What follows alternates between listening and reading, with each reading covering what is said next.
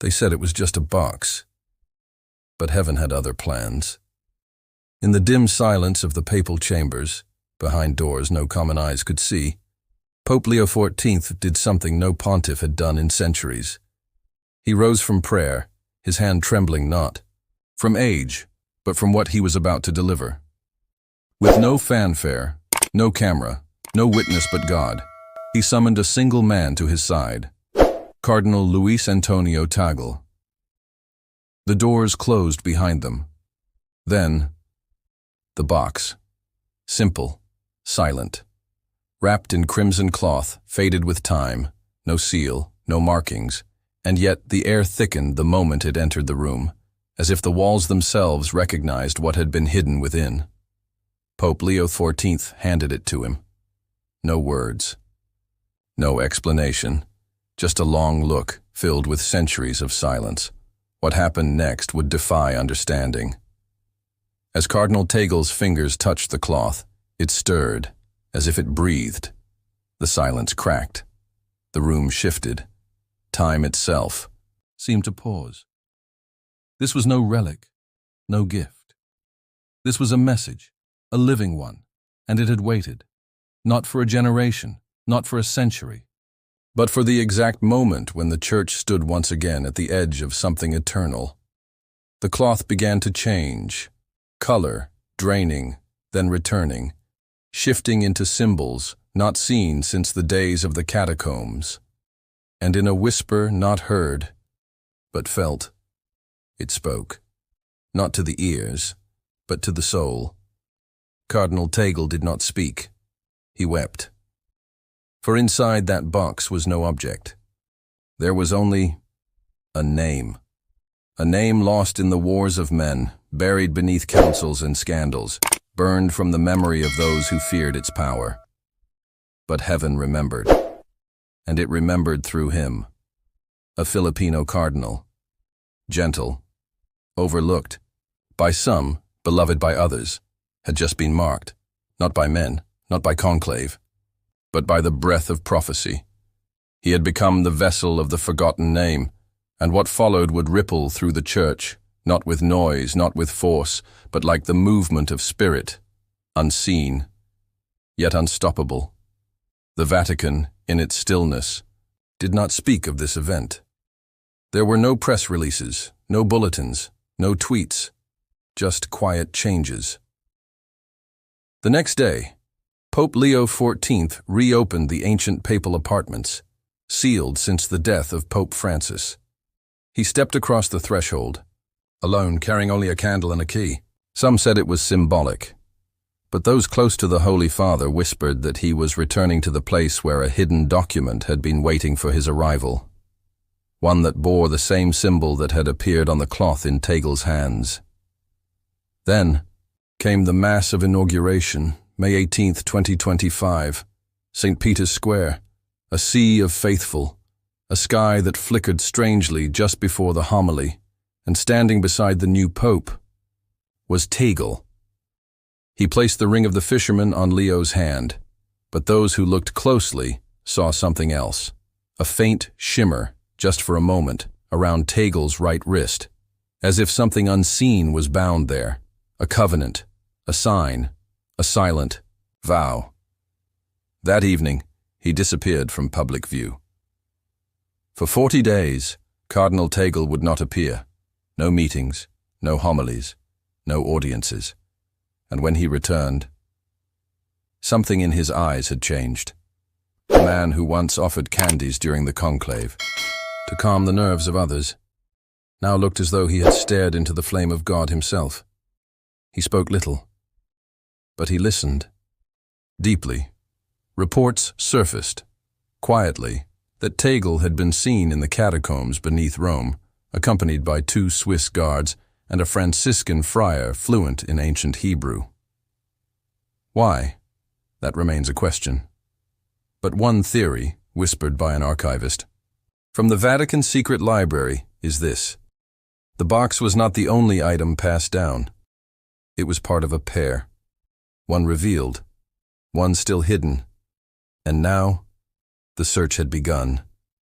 Not for power, not for title, but for something older than Peter's bones, a word, a name, one that, if spoken aloud at the right moment, in the right place, with the right heart, could break the chains wrapped around the bride of Christ. Is it true? The Vatican will not say.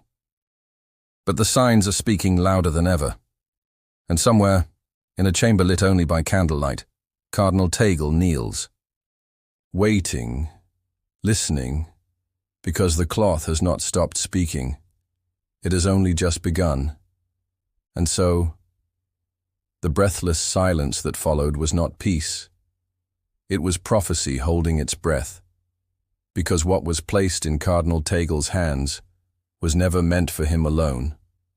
It was meant to awaken the Church, to stir the ancient blood of the apostles, to sound the trumpet of something long buried but never extinguished. In the shadowed halls of the Vatican, not all rejoiced. There were those who had spent decades weaving veils over prophecy, twisting scripture with scholarship, burying fire under marble. Cardinals who wore gold but feared the true weight of holiness. Bishops who smiled in public, yet in private whispered in tongues not born of heaven. They saw the flame flicker once again in the hands of the man from the east, and their hearts clenched, not with awe, but with terror. They remembered the old visions, they remembered the name, and they knew, if that name rose again, their kingdoms would fall. Because within the marble bones of the Vatican lies not just faith, but war. A war between the bride of Christ and the dark council that hides in her garments. Those who speak of mercy while plotting her crucifixion anew. The very ones who would sell her soul for favor, prestige, and power. They are real. They walk the halls. They sit on thrones. They quote the saints with poisoned tongues, and they watched as Tagle vanished into silence. And they trembled, for they knew what had been passed down. They knew the seal of the watcher, long thought destroyed, was real. Hidden in that box was not just a name, but a summons. A divine invitation from heaven to fulfill the final purification of the Church, what saints like Malachi, Pio, and Hildegard had once glimpsed in holy agony. And now that time has come. The bride of Christ, wounded, betrayed, forgotten in many corners of the world, is rising, not in triumph, not yet, but in purifying fire. And the fire is already inside the Vatican. On May 22nd, 4 days after the public mass, strange shadows were seen moving near the ancient bronze doors below the Apostolic Palace. Swiss guards were dispatched. What they found, no one knows. But sources within the Pontifical Academy said a security clearance was immediately revoked for 3 senior clerics. And their names were wiped from all official listings within 24 hours. No explanation, but rumors swirled. One of them had ties to an ancient Masonic sect buried deep within the Roman Curia. Another had authored secret theological documents denying the divinity of Christ under a pseudonym. And the last, known only as the Grey One, was said to have held in his possession a scroll that mirrored the symbols found on Tagle's cloth. They were silenced, banished not by court, but by command from the throne of Peter. A decision made by Pope Leo XIV himself, a pope once called gentle, now seen with fire in his gaze, the same pope who, during the days of conclave, received a candy from Tagle, and a whisper that shook him to the bone. For it is said, in the final vote, Pope Leo XIV cast his ballot only after seeing a sign written in light across the frescoed ceiling of the Sistine Chapel. The sign, the same forgotten name, the name that appeared in the box. Since then, the Holy Father has spoken little, but his actions echo thunder. He has commissioned the reopening of long-lost Vatican vaults beneath Castel Sant'Angelo. He has ordered the full translation of the third secret of Fatima, not the version known to the world, but the complete scroll, guarded in silence since 1960, and most importantly, he has anointed only one man to read it first. Luis Antonio. Cardinal Tagle. Why him? Because prophecy demands a vessel without ambition, a heart without scheming, a soul shaped not by politics, but by suffering. Tagle, the forgotten. Tagle, the gentle. Tagle, the weeper. He has been chosen. But not everyone agrees. Deep inside the Vatican, another voice has risen. A voice clothed in red, backed by ancient lineages and secret councils. This voice has called a private gathering, known only as the Circle. Their goal? To stop what has been set in motion, to prevent the revelation of the full secret, to destroy the second half of the box, still hidden in the Chapel of Tears beneath the old papal apartments. Yes, there is another box, and only the one who bears. The mark of the cloth can open it. It is said that box contains the map of purification, not just prophecy, but instruction. A divine plan to root out the corruption that has choked the lungs of the Church for decades. If opened, it would reveal the names of those who sit in sacred robes, but are wolves beneath. And that is why the Circle has vowed Tagle must never reach it. He must be stopped. But heaven is not silent. In Fatima, pilgrims report the statue of Mary weeping blood again. In Akita, the bells rang thrice, without human hand. And in Rome, beneath the stars, lightning struck the obelisk in St. Peter's Square, exactly 7 hours after. Tagle received the box. Coincidence or warning? The spiritual battle has begun. Pope Leo XIV knows it. Cardinal Tagle feels it. The faithful across the world sense it. A shaking is coming, not just of governments, but of altars, and those who have sold their souls for titles will soon hear the footsteps of angels in judgment. The bride of Christ will no longer be mocked. She will no longer be silenced. She is being purified. And the cloth that spoke to Tagle, it has begun to change again. Its pattern shifting, its heat rising, as if preparing for the second part. Because the true message was never meant to be read once. It was meant to unfold, slowly, painfully, gloriously. And what comes next will not just change Cardinal Tagle. It will shake the pillars of the Vatican itself. Then listen, for the silence of heaven is not absence, it is gathering. Like thunder behind the veil, for what has begun in secrecy shall not end in shadow. As the cloth in Cardinal Tagle's possession begins to stir once more, its movement no longer gentle, no longer symbolic, it pulses, as though it contains a heartbeat, a divine rhythm, an echo of the Word made flesh, concealed beneath sacred linen, waiting for the time appointed. The faithful sense it. The earth itself groans. In churches across the world, tabernacles flicker without explanation. Eucharistic hosts emit warmth. Statues of Mary are seen turning their heads toward the east, toward Rome, as though something, someone, is approaching. But with every divine sign, the resistance deepens. The circle, now exposed in part, is fragmenting. Some within its ranks, shaken by the signs and fearful of divine judgment, have begun to defect. Secret confessions have been made. A hidden journal has surfaced, believed to have been penned by a deceased archbishop who once served under John Paul II. Within its pages, names, symbols, and a chilling warning. When the cloth moves a second time, the bride will begin to bleed, and only through fire shall she rise. Again, those words are now locked in the apostolic archive. Only Pope Leo XIV and Cardinal Tagle are known to have read them. And yet someone else is watching. An unnamed bishop, known among Vatican insiders only as the Pale One, has remained silent for years. A ghost in clerical robes, rarely seen, never photographed. But he is ancient, older than most cardinals, older than the Pope himself. Some say he is the last surviving member of a forgotten conclave, Others say he never left the papal chambers after 1978. Whispers say he bears a ring not of gold, but of iron, and on it, a broken cross. He has sent a message, not through word, but through sacrilege.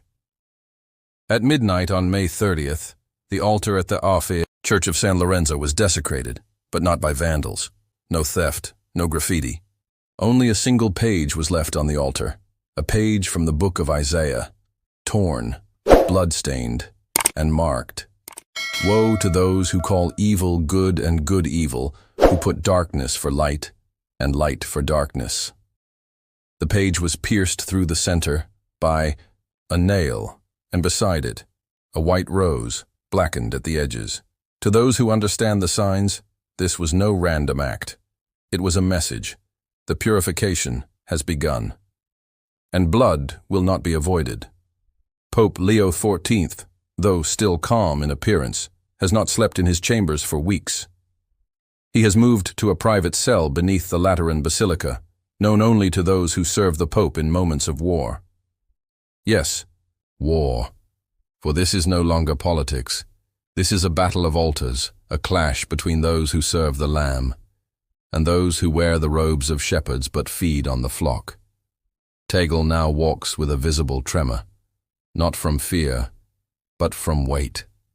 The cloth has imprinted itself on his skin. Those close to him say his eyes have changed color in certain lights. As though divine fire now flickers in his gaze, he has stopped speaking in meetings, he only listens, and sometimes he weeps without cause. It is as if he hears something no one else can. When asked, he replies with only 7 words, "She is coming." And she is not silent. Who is she? Some say it is Mary. Some say it is the Church herself, no longer passive, no longer bruised, but awakened, and others believe it is the spirit of judgment. The bride of Christ has been mocked, scandalized, politicized, and betrayed. Her sons have sold indulgences for votes. Her daughters have been silenced in tears, her altars turned into stages, her tabernacles neglected, but heaven has waited, and now, through the smallest of acts, through a box, a cloth, a forgotten name, heaven has answered. Inside the chapel of tears, beneath the ancient papal apartments, a secret ritual is being prepared, but not by man. According to leaked transcripts from an anonymous Swiss guard, one night after Tagle's retreat into silence, strange singing was heard echoing through the stone corridors, though no one was seen. Ancient Latin, mixed with tongues no scholar could recognize. It was not male. It was not female. It was other. And then, one line, transcribed by the trembling hand of a guard before he fainted, "Et mundabitur sponsa aius in sanguine," and "His bride shall be cleansed in blood." The purification will not come through peace. It will come through exposure, through crisis, through divine shockwaves that will tear away every mask, every hidden agenda, every corrupt throne built on holy ground. And the first earthquake? It will strike from within, because prophecy does not ask permission, and heaven is not waiting anymore. Then brace yourself, for what you are about to hear is not a tale. It is a warning, one that has slept for centuries beneath marble, beneath incense, beneath the illusion of peace. Because now the storm has come, and the lightning strikes the tallest steeples first. 3 days after the page from Isaiah was nailed to the altar at San Lorenzo, thunder shook the skies above Rome without. A storm in sight. Cameras caught it. Clouds formed into what witnesses described as a crown of thorns, encircling the dome of St. Peter's Basilica at twilight. The sound that followed was not thunder, but weeping, loud, sorrowful, unrelenting, not from the sky, but from inside the Vatican walls. Multiple witnesses reported hearing a woman sobbing. No one could find her. The security tapes played only static. And when silence returned, the tabernacle at the Basilica of St. John Lateran was found open, Though, no, one had entered. The Eucharist remained. But something had changed. A fragrance, unlike any known oil or incense, filled the air. Sweet, mournful, ancient. Those present wept without reason. A visiting seminarian collapsed and cried out, "The bride is crying for her groom," before falling into a trance-like state. When he awoke, he could recite the names of 32 saints, in Latin, though he had only studied English. This was not emotion, this was revelation, and the revelations were just beginning, because Cardinal Tagle finally spoke. He emerged from his silence, stood before the College of Cardinals, robes plain, eyes hollow from sleepless nights, and uttered just one line. "The name has spoken. Prepare the church for fire." Then he placed the cloth, now scorched along its edges, on the table before them. What happened next cannot be explained. The cloth rose, by itself, hovered above the marble, and in its center, a name began to burn, not in flame, but in light. Letters no eye had seen before, but every heart somehow recognized, and the cardinals began to weep. Even the most hardened among them.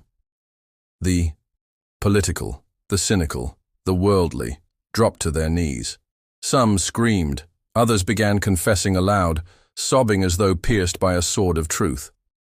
A few fled the room, because when that name was revealed, it was not a name of comfort, it was a name of reckoning, a divine utterance from before time, a seal spoken only once since the resurrection, now returned to prepare the bride for her purification. And here is where the impossible happened. The Pope fell to the ground, not in illness, not in despair, in adoration. Pope Leo XIV kissed the eye, floor, and began to sing, in a voice not his own. It was low, deep, like thunder crawling over mountains. "Prepare ye the way, for the fire comes not to destroy, but to refine, and only the pure shall stand." A silence followed, and then the bells began to ring, not in Rome, but across the world, from Poland to Brazil, from the Philippines to Canada. Church bells rang out at the same hour, without human hands. Some churches had no power, others had no bell ropes. Yet the ringing came. The world paused.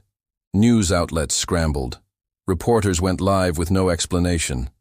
Twitter flooded with footage of bells ringing, priests crying, faithful kneeling in streets, and then came the final blow.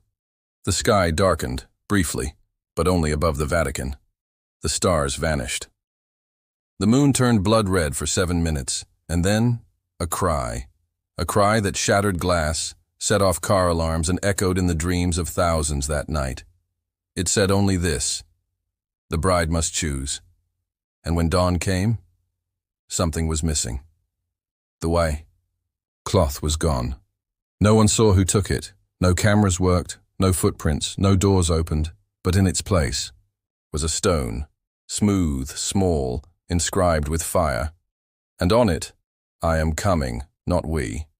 Not a teaching, not a movement. I am coming. The world changed that day. A new schism broke open. Quiet at first, but growing. Bishops choosing sides, factions forming. Behind marble doors. Priests preaching fire or denial. The faithful confused, divided, desperate. And Cardinal Tagle, he vanished. Some say he entered the chapel of tears and never came back. Others believe he was taken, not by men, but by heaven itself. A soul called upward to prepare the bride from above, watching, weeping, warning. The Vatican no longer comments. The Pope has not been seen in public since. But the faithful wait, because they know the signs are no longer warnings.